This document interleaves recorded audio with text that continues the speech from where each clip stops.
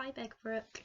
I absolutely love our 3 o'clock read, and I'm really sad that you're not all here to be able to enjoy it with me today. So I've decided to do it over YouTube so that all of you at home can still enjoy it with me. I've recently bought 2 new books as well that I was so excited to be able to share with my class. So I thought, what better way than to put it online for you to enjoy today. The first book I'm going to start is called The Explorer. I know that some of you have already read it and you have said how amazing it is, so I am super excited to get to read it to you today. The Explorer by Katherine Rundell. So already on the first page, I'm trying to work out what that is a picture of. Looks like a little plane here, flying through something that looks a little bit like some sort of forest. Chapter 1, Flight. Like a man-made magic wish, the aeroplane began to rise. The boy sitting in the cockpit gripped his seat and held his breath as the plane climbed into the arms of the sky. So in my head I'm imagining this plane flying and flying and flying into the sky. Fred's jaw was set with concentration, and his fingers twitched, following the movements of the pilot beside him, joystick, throttle. The aeroplane vibrated as it flew faster into the setting sun, following the swerve of the Amazon River below them. Oh, so in the picture, that must be the Amazon River that the plane is following. Fred could see the reflection of the 6-seater plane, a spot of black on the vast sweep of blue, as it sped towards Manus, the city on water. He brushed his hair off at his eyes and pressed his forehead against the window. Beside Fred sat a girl and her little brother. They had the same slanted eyebrows and the same brown skin, the same long eyelashes. The girl had been shy, hugging her parents until the last possible moment at the airfield. Now she was staring down at the water, singing under her breath, her brother trying to eat his seatbelt. In the next row, on her own, sat a pale girl with blonde hair down to her waist. Her blouse had a neck ruffle, so that's like a little bit that goes all around your neck and it ruffles out, that came up to her chin. And she kept tugging it down and grimacing, which means that she didn't like it very much. She was determinedly not looking out of the window.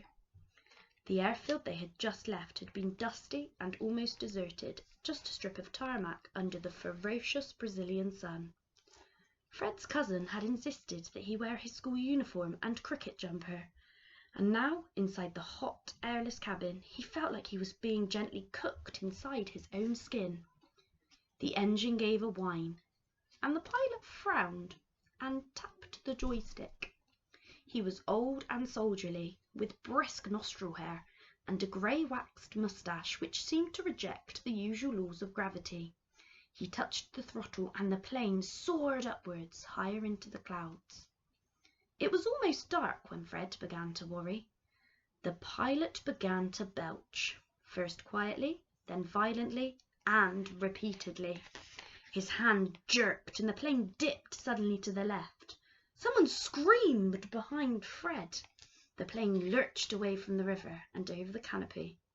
The pilot grunted, gasped, and wound back the throttle, slowing the engine. He gave a cough that sounded like a choke. Fred stared at the man. He was turning the same shade of grey as his moustache. "Are you all right, sir?" he asked. "Is there something I can do?" Fighting for breath, the pilot shook his head. He reached over to the control panel and cut the engine. The roar ceased. The nose of the plane dipped downwards. The trees rose up. So far it doesn't sound very good. It sounds like the plane is about to crash. "What's happening?" asked the blonde girl sharply. "What's he doing? Make him stop." The little boy in the back began to shriek. The pilot grasped Fred's wrist hard for a single moment. Then his head slumped against the dashboard, and the sky, which had seconds before seemed so reliable, gave way. Chapter 2. The Green Dark. Fred wondered, as he ran, if he was dead. But, he thought, death would surely be quieter. The roar of the flames and his own blood vibrated through his hands and feet. The night was black. He tried to heave in breath to shout for help as he ran, but his throat was too dry and ashy to yell. So he somehow got out of the plane, and he seems to still be alive. I wonder what's happened. He jabbed his finger into the back of his tongue to summon up spit. Is anybody there? Help! Fire! He shouted. The fire called back in response. A tree behind him sent up a fountain of flames. There was a rumble of thunder. Nothing else replied. A burning branch cracked, spat red, and fell into a cascade of sparks. Fred leapt away, stumbling backwards into the dark and smacking his head against something hard. The branch landed exactly where he'd been standing seconds before. He swallowed the bile that rose in his throat and began to run again, faster and wilder. Something landed on his chin and he ducked, smacking at his face. But it was only a raindrop. The rain came suddenly and hard. It turned the soot and sweat on his hands to something like tar, so it must have been really sticky on his hands. But it began to quench the fire. Fred slowed his run to a jog, then to a stop. Gasping, choking, he looked back the way he had come. The little aeroplane was in the trees. It was smoking, sending up clouds of white and grey into the night sky. He stared around, dizzy and desperate, but he couldn't see or hear a single human. Only the fern-like plants growing around his ankles and the trees reaching hundreds of feet up into the sky, and the panicked dive and shriek of birds.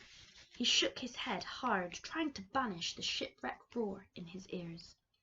The hair on his arms was singed and smelt of eggs, which means that the hair on his arms was burnt a little bit. He put his hand to his forehead. His eyebrow had charred, and part of it came away on his fingers. He wiped his eyebrow on the sleeve of his shirt. Fred looked down at himself. One leg of his trousers was ripped all the way up to the pocket, but none of his bones felt broken. There was a vicious pain, though, in his back and neck, and it made his arms and legs feel far off and foreign. A voice came suddenly from the dark. Who's there? Get away from us. Fred spun round.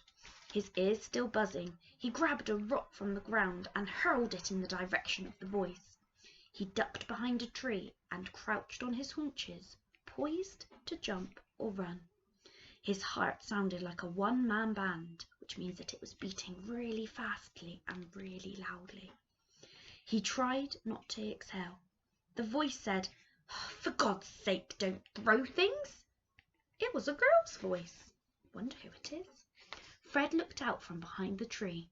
The light of the moon filtered deep green to the forest floor, casting long-fingered shadows against the trees, and he could only see 2 bushes, both of them rustling. Who is it? Who's there? The voice came from the second bush. Fred squinted through the dark, feeling the remaining hair rise up on his arms. Please don't hurt us, said the bush. The accent wasn't British, it was something softer, and the voice was definitely a child's, not an adult's. Was it you? Throwing poo? Fred looked down at the ground. He'd snatched up a piece of years-old, fossilized animal dung. Oh, he said. Yes. He was becoming accustomed to the dark, and he could see the shine of eyes peering out from the grey-green gloom of the undergrowth. Are you from the plane? Are you hurt? Yes, we're hurt. We fell out of the sky, said one bush, as the other said, No, not badly. You can come out, said Fred. It's only me here. The second bush parted. Fred's heart gave a great leap. Both the girl and her brother were covered in scratches and burns and ash, which had mixed with sweat and rain and made a kind of paste on their faces. But they were alive. He was not alone. You survived, he said. Obviously we did. said the first bush, or we'd be less talkative, wouldn't we? The blonde girl stepped out into the lashing rain. She stared from Fred to the other two, unsmiling. I'm Con, she said. It's short for Constatia, but if you call me that, I'll kill you. Fred glanced at the other girl. She smiled nervously and shrugged. Right, he said, if you say so. I'm Fred. I'm Leela, said the second girl. She held her brother on her hip. And this is Max. Hi. Fred tried to smile, but it made the cuts on his cheeks stretch and burn, so he stopped and made do with a grin that involved only the left half of his face. Max was at the breathless stage of crying, and he clung to his sister so tightly his fingers were pressing bruises on her skin. She was leaning over to one side to hold him up, shaking with the effort. They looked, Fred thought, like a two-headed creature, arms entwined. Is your brother badly hurt? He asked. Leela patted her brother desperately on the back. He won't talk. He's just crying. Con looked back towards the fire and shivered. The flames cast a light on her face. She was no longer blonde. Her hair was grey with soot and brown with blood, and she had a scratch on her shoulder that looked deep. Are you all right? He asked, wiping rain out of his eyes. That cut looks bad. No, I'm not all right, Con spat. We're lost in the Amazon jungle, and statistically speaking, it's very likely that we are going to die. I know. Fred didn't feel like he needed reminding. I meant... So, no. Con's voice grew thin and high. I think it would be safe to say that none of us are all right. Not at all. Not even slightly. The bushes rustled. The rain hammered down on Fred's face. We need to find shelter, he said. A big tree, or a cave, or something that would... No! Max gave a sudden scream, a yell that was wet with spit and fear. Fred stepped backwards, raising his hands. Don't cry, I just thought. Then his eyes followed Max's pointing finger. There, 3 inches from Fred's shoe, was a snake. It was speckled brown and black, patchworked to match the jungle floor, and its head was as big as a fist. For 1 second, nobody breathed. The jungle waited. Then Max let out a second scream that dug deep into the night, and the 4 of them turned and fled. The ground was sodden, and they ran pell-mell, sending out mud into one another's eyes, and grazing their elbows against trees.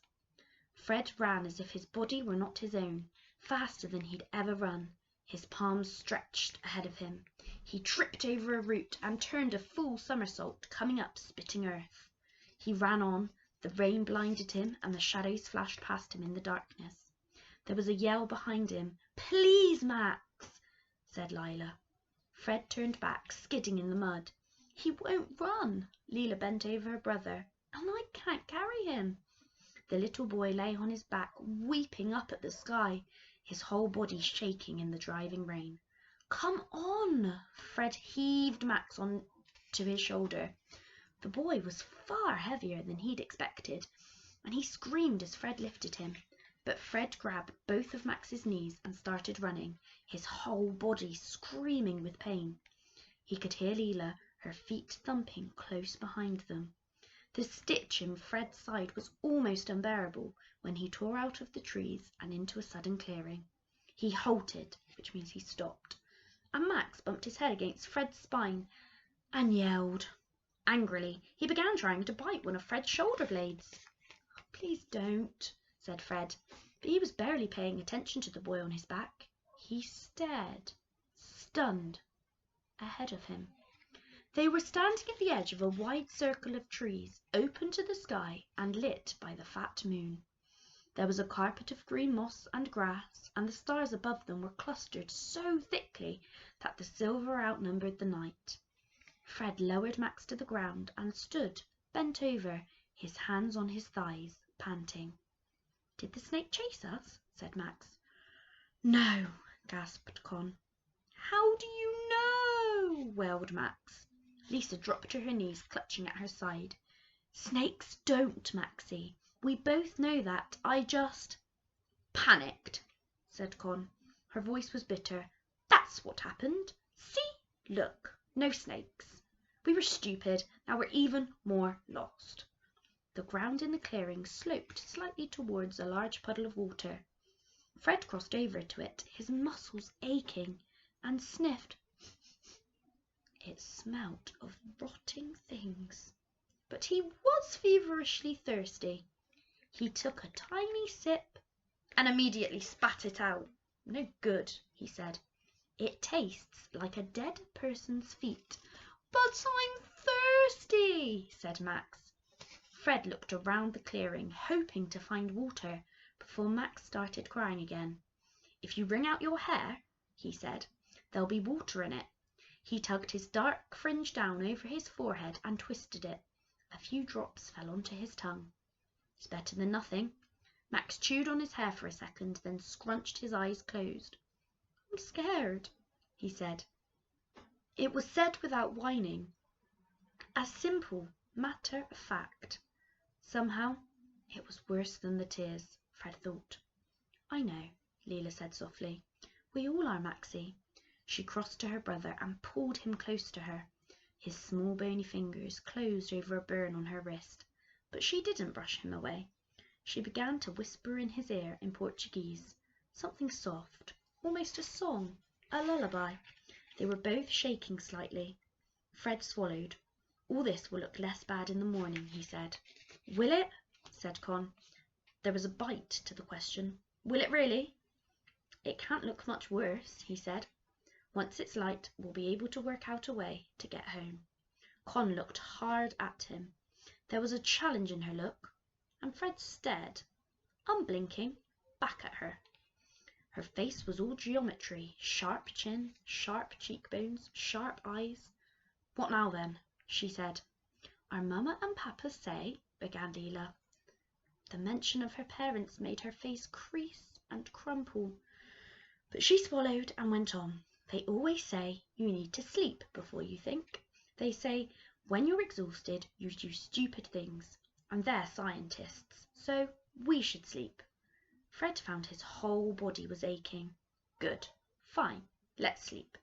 He lay down on his side in the wet grass. His clothes were soaked through, but the air was warm. He closed his eyes. Perhaps he would wake up in his bed at school, he thought, next to the snoring of his roommates, Jones and Scrace. An ant crawled over his cheek. But aren't we supposed to stay awake in case we die of concussion? Said Con. I think if we'd got concussion, we'd be dizzy, said Leela. Fred, already half asleep, tried to work out if he was dizzy. The world began to spin away from him. If we all die in the night, I'm blaming both of you, said Con. It was on that cheering thought that Fred felt himself dropping down, down, away from the jungle and the thick night air, and into sleep.